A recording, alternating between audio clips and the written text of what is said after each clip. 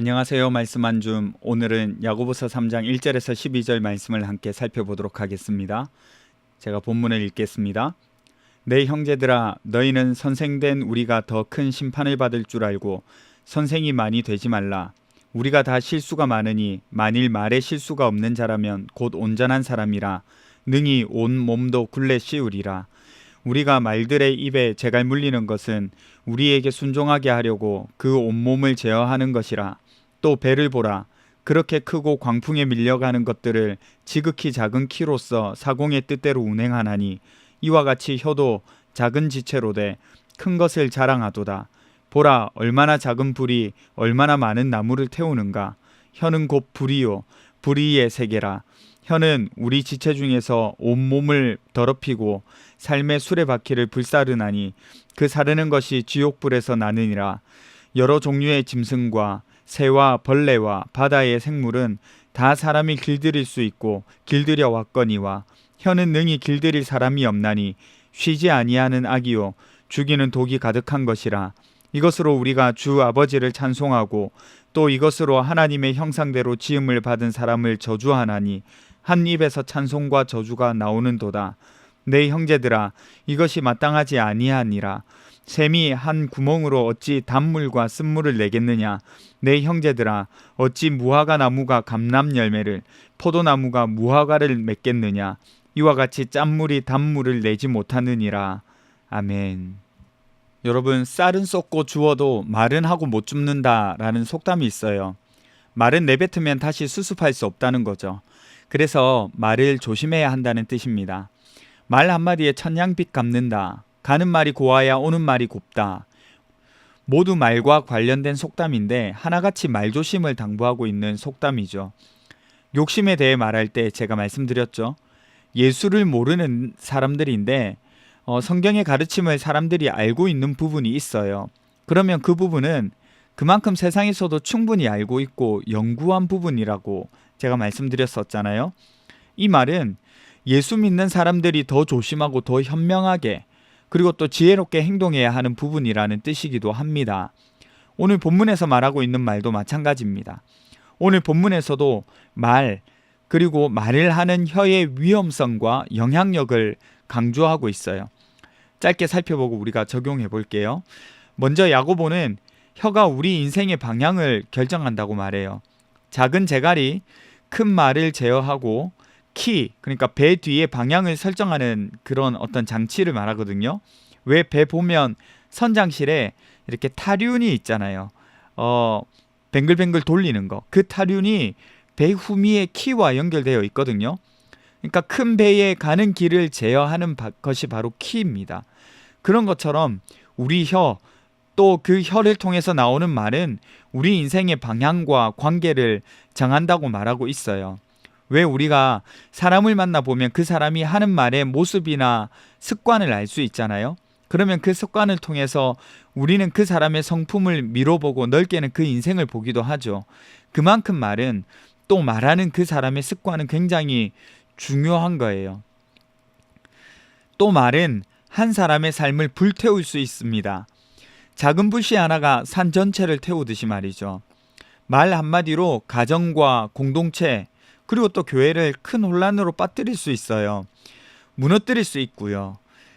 사소하게 한 한마디 말이 오해를 낳고 나아가지고 사람과 사람들의 마음을 흔들어 제낍니다. 여러분, 가장 대표적인 예가 어떤 걸까요? 악플이죠. 악플. 연예인들 악성 댓글로 자존감 무너지고 자책하다가 결국에는 극단적인 선택하잖아요. 연예인뿐만 아니라 어떤 사람이든 마찬가지예요. 누군가 그냥 쓴 말일지 모르지만 그 말이 비수가 되어서 불씨가 되어서 한 사람의 마음을 태우고 인생을 태워서 생명을 빼앗아 가는 거죠. 야고보는 또 혀의 특성 중에서 하나가 길들여지지 않는 것이라고 말합니다. 사람이 다른 동물들은 다 길들이고 다루지만 혀는 길들여지지 않고 다스리기 어렵다 말하죠. 그래서 오늘 본문 초반에 언급한 것처럼 말에 실수가 없는 자라면 곧 온전한 사람이라 이렇게 말합니다. 이 말은 무슨 뜻일까요? 실수할 수밖에 없는 우리의 모습을 말하고 있는 거예요.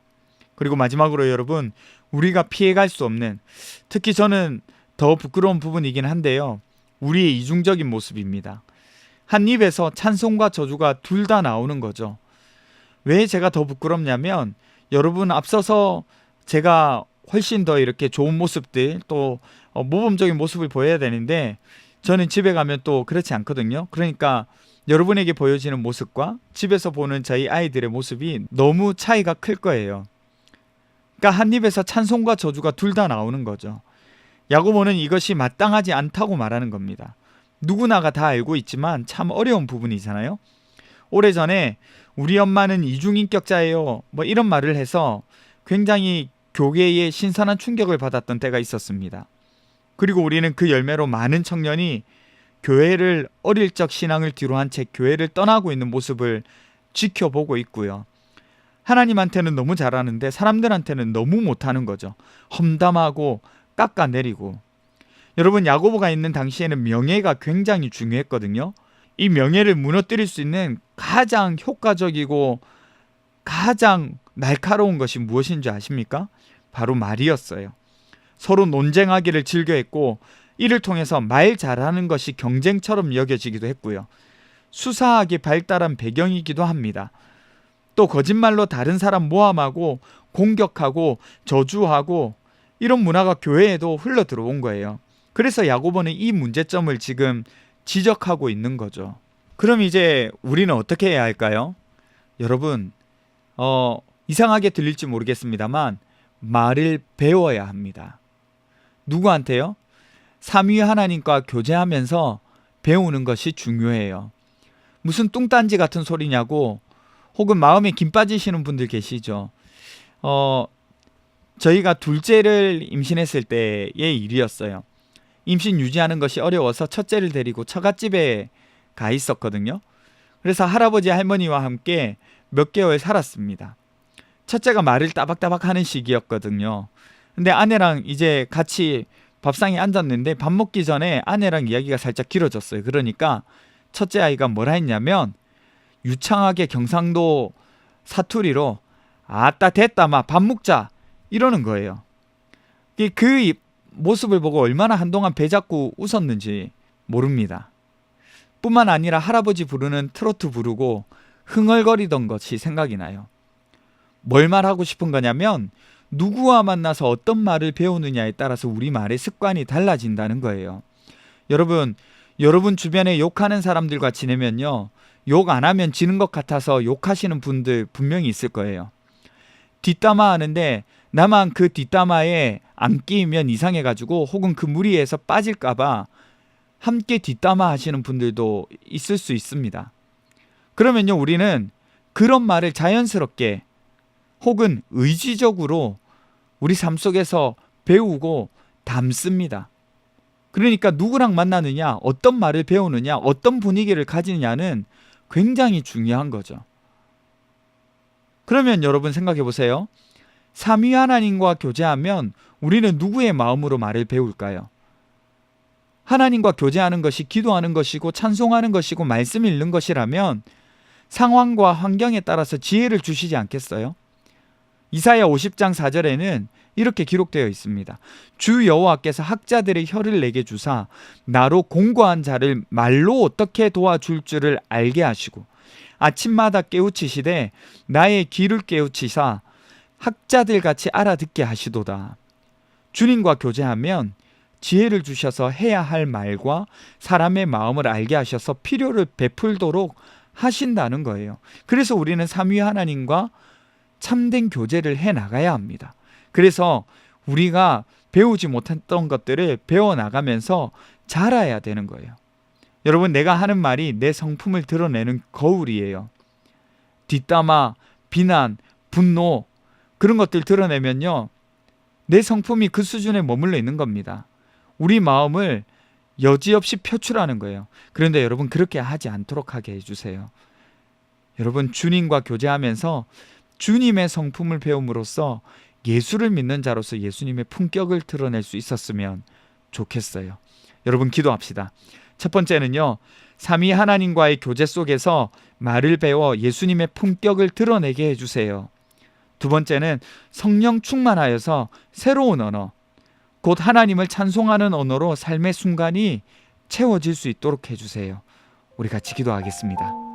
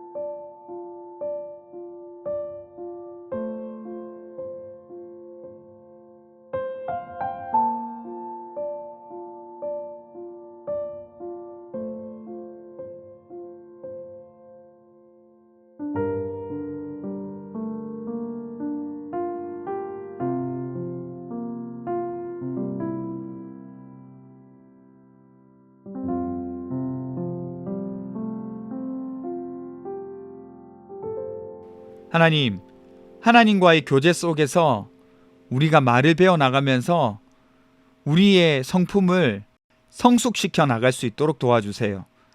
또 우리 말과 삶에 성령 충만함이 묻어나서 주님께서 주시는 새로운 언어로 하나님을 찬송하며 나갈 수 있는 순간들이 많아질 수 있도록 도와주세요.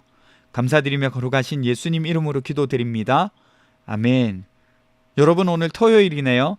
행복하고 즐거운 토요일 되었으면 좋겠습니다.